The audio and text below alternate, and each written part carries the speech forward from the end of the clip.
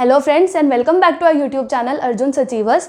The topic that we are going to discuss today is improving your English language. तो जो topic आज हम discuss करने वाले हैं अपनी लैंग्वेज को कैसे इम्प्रूव करना है, specially English. So let's have a look what are the various methods and techniques by which we can improve our language. So आइए जानते हैं वो मेथड्स, वो टेक्निक्स कि हम अपनी इंग्लिश को कैसे इम्प्रूव कर सकते हैं and then we'll try to improve our English. So let's have a look how can we improve our English skills and English language. Basic thing कि we should never give up because the word impossible also says I am possible. तो हमें impossible को भी possible करना है. Just एक positive spirit होनी चाहिए. And if we have to improve our English, we can follow some of these methods. First method जो है वो है improve and focus on all the 4 basic skills. English language जो है वो composition है, वो include करती है 4 basic skills. So we don't have to stick to a particular skill, but हमें क्या करना है, we have to focus on all the 4. तो 4 स्किल्स क्या हैं जानते हैं आप? 4 स्किल्स हैं हमारे in sequence: listening, speaking, reading and writing. First of all we should listen carefully. We should understand what the other people are saying and what the other person is conveying. Listening skills को improve करना है पहले हमें, then speaking, then reading and then writing. Writing comes at the last. Listening being the first one. So focus on all the 4 skills except one and then try to improve yourself. Second is speak yourself.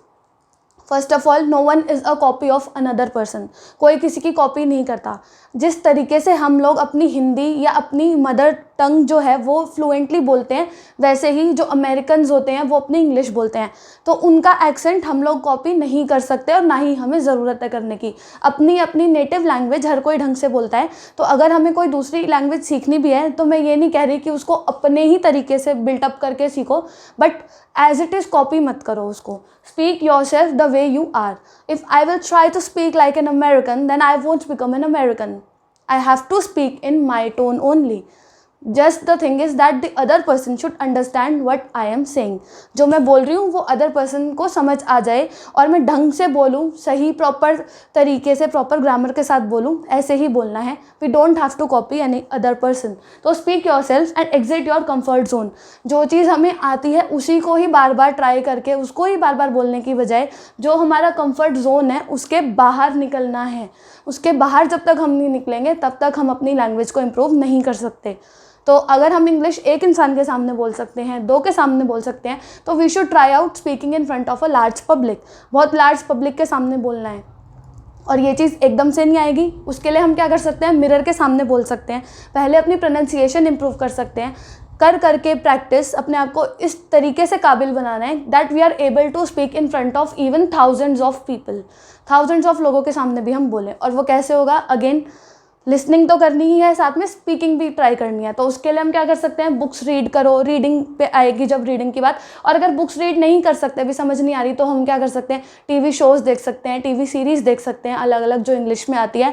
उनका caption English में नीचे इसीलिए लिखा आता है ताकि हम उसको पढ़ें और उसको कैचअप कर सके कि वो लोग क्या बोल रहे हैं, क्योंकि उनकी स्पीड कंपेरेटिवली हमारी स्पीड से थोड़ी फास्ट होती है. तो अपने स्किल्स को प्रैक्टिस करो, बुक्स रीड करो, डिक्शनरीज यूज़ करो. कोई भी परफेक्ट नहीं है. किसी भी लैंग्वेज को सीखने के लिए उसके कीवर्ड्स होते हैं. बहुत बेसिक वर्ड्स भी ऐसे होते हैं जो हमें कंफ्यूज करते हैं. इवन हिंदी में ही हम कंफ्यूज हो जाते हैं कि बहुत जब शुद्ध हिंदी आती है तो हमें उनका मीनिंग नहीं पता होता. तो इंग्लिश क्योंकि वो अलग लैंग्वेज है, लेकिन वो इंटरनेशनल लेवल पे ग्लोबली इतनी इंपॉर्टेंस है उसकी कि हर कोई उसको बोलना चाहता है, हर कोई उसको समझना चाहता है. बिकॉज इन टुडेज़ वर्ल्ड जो लिटरेसी है वो इंग्लिश से ही रेट की जाती है कि जो इंग्लिश बोल सकता है, समझ सकता है, वो ज़्यादा पढ़ा लिखा है. ऐसा कुछ है नहीं, लेकिन फिर भी ऐसा किया जाता है. तो everyone wants to improve their English. So in order to do that we have to use dictionaries to obtain the correct meaning. Otherwise if we'll just listen and speak then we'll get confused. जैसा कि confusing words वाली video में हमने देखा था, accept और accept 2 words हैं, similar sound है, सुन के हम बोलेंगे कोई सा और मीनिंग होगा कोई और. तो वो भी नहीं होना चाहिए। हमें डिक्शनरीज को यूज़ करके मीनिंग पता होना चाहिए। टेक्नोलॉजी यूज़ करनी है, इतनी टेक्नोलॉजी अवेलेबल है, हर किसी के पास ऑलमोस्ट स्मार्टफोन है, टीवी है, रेडियो है। तो हमें क्या करना है, अपनी टेक्नोलॉजीज़ को यूज़ करके उसको इस तरीके से अपने आप को यूज़ टू कराना है कि हमारा टाइम भी वेस्ट ना हो और हम कुछ बेनिफिशियल सीखें। There are lots of YouTube videos, lots of chapters, lots of notes as to how to improve your English. We can just read them, listen to them and then try them out. Then measure your achievements. Okay, nothing can be achieved until and unless we measure our achievements.